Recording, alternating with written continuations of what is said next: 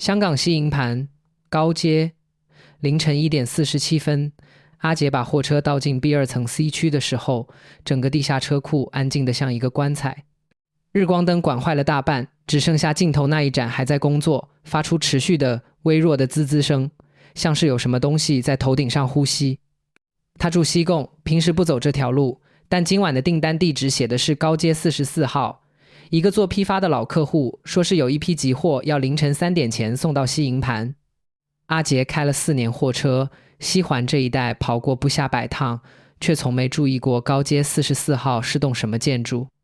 他按着导航开过来的时候，扫了一眼路边那栋灰白色的巴洛克风格老楼，拱形窗户整整齐齐地排列着，但所有窗帘都是拉上的，一扇透光的都没有。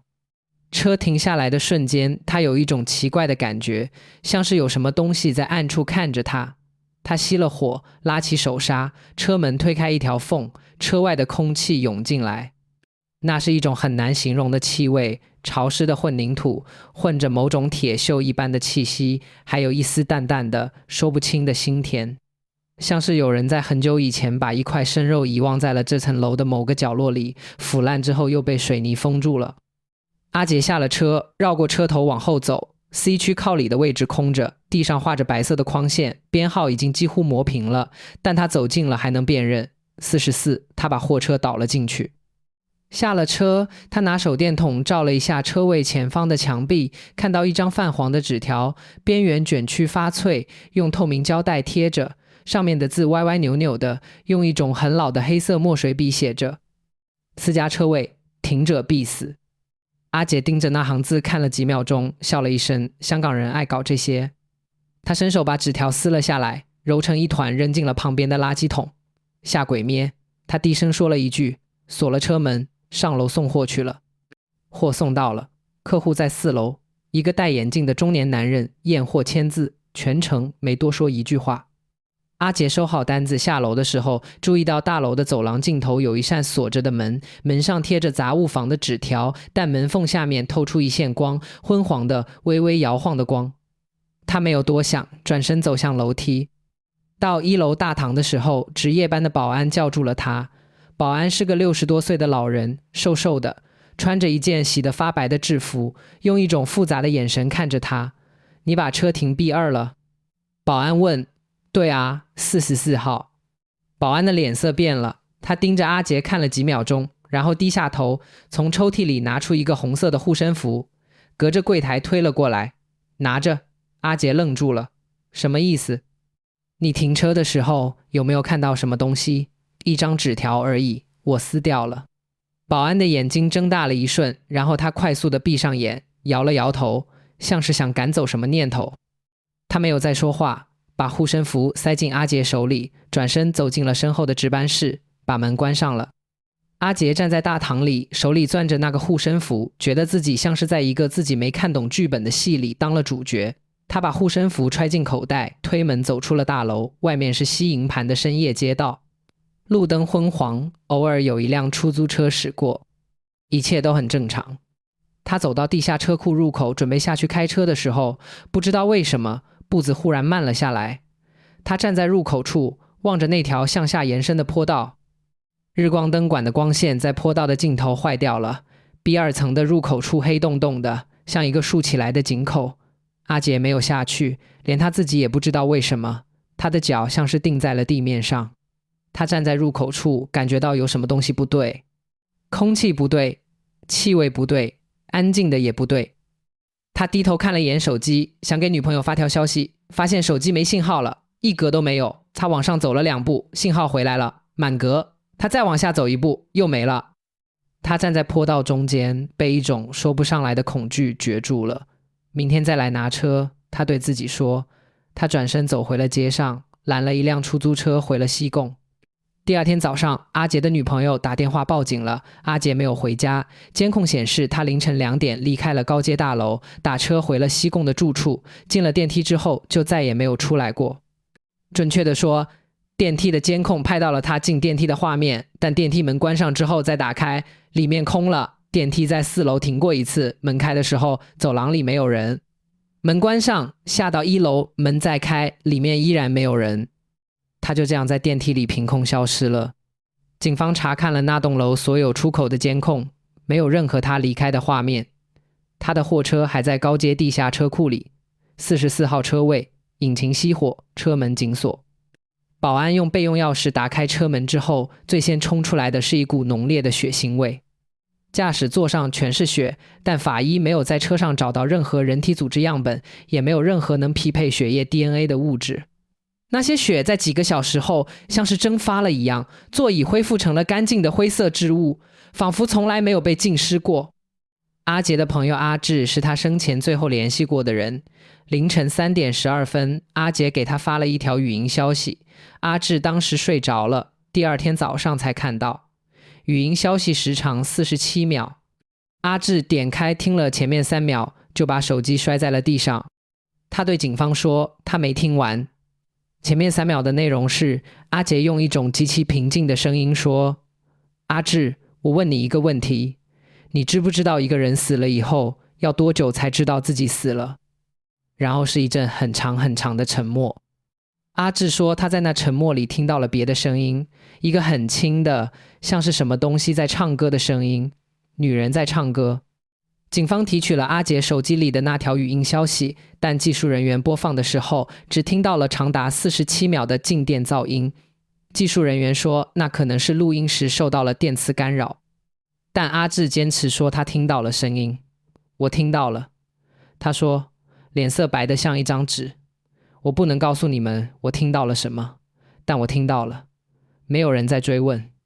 警方调取了高阶大楼的监控，凌晨2点阿杰离开后，大楼的监控拍到他的画面是正常的，他看着一切正常，走上街道，看了一眼地下车库的方向，拎着外套走了，没有什么异常。但警方后来回看监控的时候，注意到一个细节，阿杰离开大楼之前在电梯里站了大约3分钟，监控拍到他在电梯里按了 B2， 电梯门关上，电梯下行。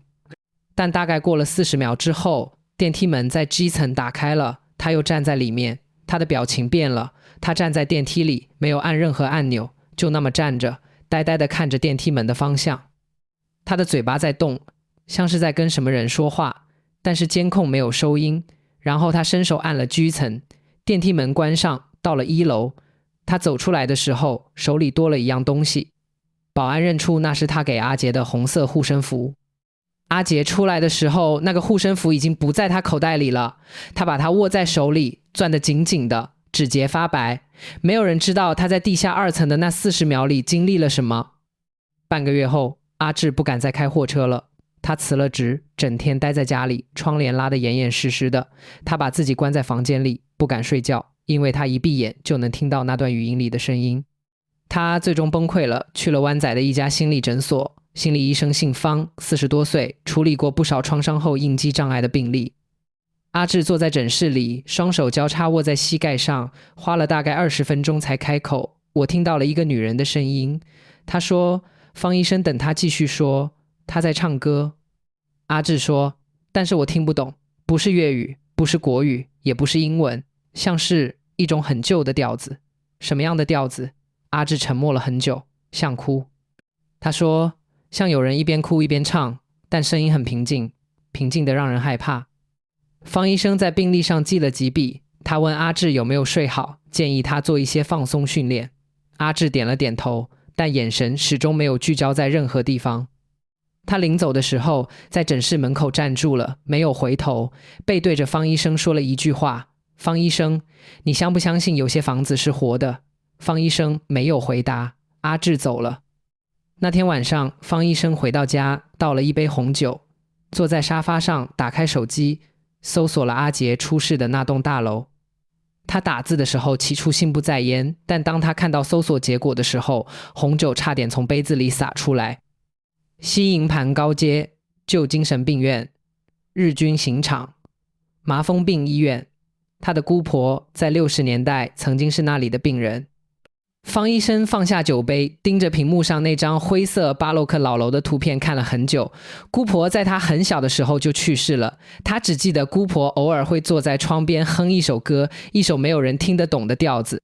姑婆说那是他学会的，在那栋楼里学会的。他说那栋楼里的每一面墙都会唱歌，只要你在半夜安静下来，把耳朵贴在墙上，你就能听到他们唱。他们唱的是什么？小时候的方医生问过，姑婆没有回答，她只是把手指竖在嘴唇前面，做了一个嘘的手势。然后她把手放下，摸了摸小女孩的头发，用一种很轻很轻的声音说：不能说的，说了她会找过来。方医生决定去一趟高街，不是为了治疗阿志，甚至不完全是出于好奇，他只是想看一下。他告诉自己就看一眼。那是10月底的一个傍晚，天黑得很早。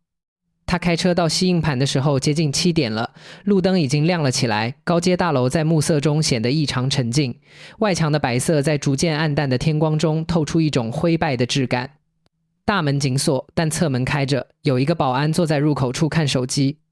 方医生走进大楼的一瞬间，感觉空气像是凝固了1秒，不是温度的变化，而是那种走进一座久无人居的老房子时会感受到的气压突然改变的沉闷感。他没有在走廊里停留，直接走向了通往地下的楼梯。小姐，你去哪？保安在他身后喊道。我找洗手间。他随口说了一句，楼下没有洗手间。楼下已经封了。方医生停住了脚步。他回头看着那个保安，就是他那个给了阿杰护身符的老人，依然值夜班。他坐在那张磨损了的木椅上，用一种说不清是警惕还是悲哀的眼神看着他。你是他什么人？保安问。我不认识他。方医生说，我只是……他没有说完，因为他看到了一件事，保安面前的桌子上摆着一个红色的护身符，跟阿杰握在手里的那个一模一样。保安顺着他的目光低头看了一眼，然后苦笑了一声。我做了很多个。他说30年了，每一个晚上来这里之后下落不明的人，我都给过一个。大部分人在拿到之后都会好一点，但他的没有用。你怎么知道没有用？保安沉默了很久。窗外的路灯把他的影子拉得很长，因为那天晚上下班之后，我在他住的那栋楼门口捡到了这个。他把那个护身符拿起来，翻了个面，你看。方医生凑近了看，护身符的背面不知道用什么方法出现了一个暗红色的手印，五指张开，指节分明，少了一根手指，无名指的位置空空荡荡的。他跟着他回家了。保安说护身符挡不住他，他从车库里跟上来了，一直跟到他的电梯里。他在电梯里看到他了，那40秒里他知道自己已经被缠上了。方医生的后背一阵发冷。你是谁？他问。保安抬起头看了他一眼。你知道这座楼以前是做什么的吗？麻风病院、刑场、精神病院。不全。保安说再往前，1892年以前这里是一口井。方医生的呼吸顿住了。一口很大的井，后来填了，在上面盖了楼，但井没有真正被封住，它只是被埋在了地底下。第2层往下挖地基的时候，工人们挖到过井壁，青砖砌的，很老很老的青砖。包工头让他们用水泥糊上了，不准再提。这跟那个手印有什么关系？保安看了他一眼。民国初年，有人投了那口井，穿红衣的，头上编着一条很长的辫子。尸体捞上来之后，发现他右手的无名指上少了一节，被人切掉的。这座楼上盖了3次，换了3代用途，每一次都是建在那口井上面。他的尸体在被填平之前就被人捞走了，但井底里的东西没有全走，他还在找那截手指，找他的脸，找任何一个能从这栋楼里走出去的活人。保安说完，把手里的护身符放在了桌子上。我劝你不要下去。他说。方医生站在走廊里，面对着通往 B2 层的楼梯口，下面黑洞洞的。他可以感觉到有一股气流从楼梯下面往上涌，冷的，带着泥土和铁锈的气息。他忽然觉得自己的右手无名指发痒，像是有一种看不见的微小的震动在骨节里蔓延。他没有下去，他转身走出了大楼。但在他走上街道的那一刻，他感觉到了有什么东西跟着他上了台阶。不是脚步声，不是呼吸声，而是一种更细微的感知。像有人站在你身后不到1步的距离里，你能感觉到那股体温，不是那种没有体温的凉意。他停下脚步，没有回头。身后那条通往地下的楼梯深处传来了一个声音，很轻很远，像从几十米深的地下传上来的，有人在哼歌。方医生开夜车去了中文大学，不是因为他想去的，而是因为他在回家的路上导航突然变了路线。本来应该往南走的，导航把他往北带了，一连3次重新规划都在往沙田方向带。他索性不再纠正，任由导航把他带到了中文大学的校门口。他认识中文大学的一位教授，叫 Mike， 在人类学系教了20年书，专门研究香港的都市传说。他给 Mike 发了一条消息， Mike 没有回复。他又打了1次电话，响了3声就通了。方医生，这个点你打给我，不会是约我喝茶吧？ Mike 的声音带着熬夜的沙哑，我在你们学校门口，我想问你一件事，你来吧，我在办公室。 Mike 的办公室在联合书院的2楼，窗户正对着吐露港的海面。他面前堆着一摞泛黄的简报，辫子姑娘几个字被荧光笔画了好几道。你怎么突然对这东西感兴趣？ Mike 问。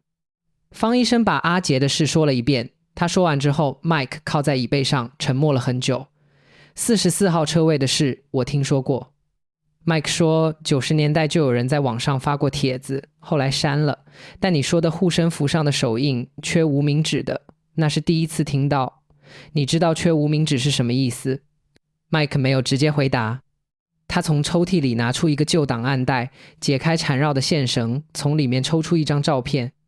照片是黑白的，上面是一个年轻女子，穿着浅色的碎花衫，梳着一条粗黑的麻花辫，侧身站在一片草地上，像是在看什么。照片拍得很模糊，像是偷拍的。这是1971年一个学生在校园里拍到的。他说他没看到有人在草地上，照片洗出来之后看到这个背影，他不敢留着，就交给了学校的教务处。后来不知道怎么辗转到我们系。方医生盯着那张照片，那个背影，那条辫子，那件碎花衫，他忽然觉得喉咙发紧。辫子姑娘的故事是我们学校最老的都市传说之一。 Mike 说60、70年代大量大陆人偷渡过来，有一个扎辫子的姑娘从货车上跳下来，辫子被缝隙勾住，整个人被拖行了几十米，头皮和脸皮整个被扯掉了。她死了，灵魂不知道自己的脸没了，还在校园里游荡。谁要是看到她的背影，她就转过来让你看她的正面。一个没有脸的女人。对，据说她正面也有一条辫子。方医生的手不自觉地在膝盖上握紧了。Mike， 你说一座房子如果是建在井上面的，填掉了一口井，再在上面盖楼，那口井算不算被封住了？ Mike 皱了皱眉，不明白他为什么问这个。从物理上算，他说，从别的角度不好说。方医生伸手拿起那张黑白照片，他翻到背面，看到了一行很小的铅笔字，年代太久，已经有些模糊了，但他还是拼了出来。记录时间1971年10月，记录地点中文大学本部近铁路段。下面还有一行更小的字，他眯起眼睛辨认，该女子右手指节残缺，无名指缺失。办公室里的空调嗡嗡地响着。 Mike， 你在给我看照片之前知道她缺无名指吗？ Mike 看着他，表情凝固了。不知道，我研究这个20年，从来没有人提过手指的事。2个人在办公室里沉默了很长时间。方医生走的时候， Mike 把那张照片借给了他。他路过本部校园里那棵著名的100岁大榕树的时候，忽然停住了脚步。不是他自己想停的，是脚不听使唤了。他低头看去，榕树根部的泥土里露着一个小小的发白的东西。他蹲下去拨开土，指尖触到了一个冰凉的物体，是一节骨头，很小，不到2厘米长，像是指骨。方医生猛地站起来，退了好几步。他把那节骨头留在了原地，他没有带走它。但他离开校园的时候，后视镜里看到大榕树的阴影底下像是站了一个人，一个梳着辫子的侧影。他一脚油门，把那节越来越远的黑影甩在了后面。但是他心里知道，有些东西已经跟上他了。故事的结局不在香港。方医生在网上查了很久，从一个灵异论坛的一个角落里找到了一条10年前的旧帖。发帖人在帖子里说，台湾嘉义有一座荒废的巴洛克式老宅，侧院古井边常年放着一块石头，干净的鹅卵石。每隔几个月就会有当地人悄悄去换，已经延续了几十年。帖子的最后一段是这样写的：他缺了的东西散落在3个地方：高街地下的井底、中文大学的铁轨旁和台湾那座老宅侧院的井口。分开之后，他就永远只能留在原地。只有有人把3样东西合在一起，他才能走，但那只是传说。别去试。方医生关掉了那个网页。那天晚上他做了一个梦，梦里他站在一片很高的草丛里，面前是一口井，青砖垒砌的，井口很小，圆圆的，旁边站着一个人，穿红衣，梳辫子，背对着他。那人没有转身，但方医生知道他在笑。他低头看向了自己的右手，无名指上套着一枚银戒指。他猛地从梦中醒来，窗外天还没亮。他坐在床上喘了几口气，然后低头看向了自己的右手。无名指上什么也没有，但手指上有一圈淡红色的印痕，像是什么东西曾经紧紧地箍在那里。方医生再也不敢查下去，他把从 Mike 那里借来的照片用信封封好，寄回了中文大学。他没有附任何留言，他再也没有走过高街，他再也没有接过阿志的电话。但有些夜晚，凌晨3点醒来的时候，他总觉得床边站着一个人。他不睁眼，他只是把被子攥得紧紧的，假装自己什么也没感觉到，假装那个人不在那里，假装那条辫子没有垂落在他的脸颊边，假装他听不到那个声音，来自地下的，隔着漫长的时光传上来的，像哭一样在哼着歌的声音。那个声音在唱，一直在唱，用一种他几乎能听懂的调子。每当他要听清歌词的时候，声音就变得更轻，像是一只手正在慢慢收紧的看不见的绳索。他只能等天亮，等阳光照进来，等那个声音退回到地下2层，退回到井底，退回到铁轨旁那棵榕树的阴影里去。但天亮的时间越来越短了，那个声音也越来越近了。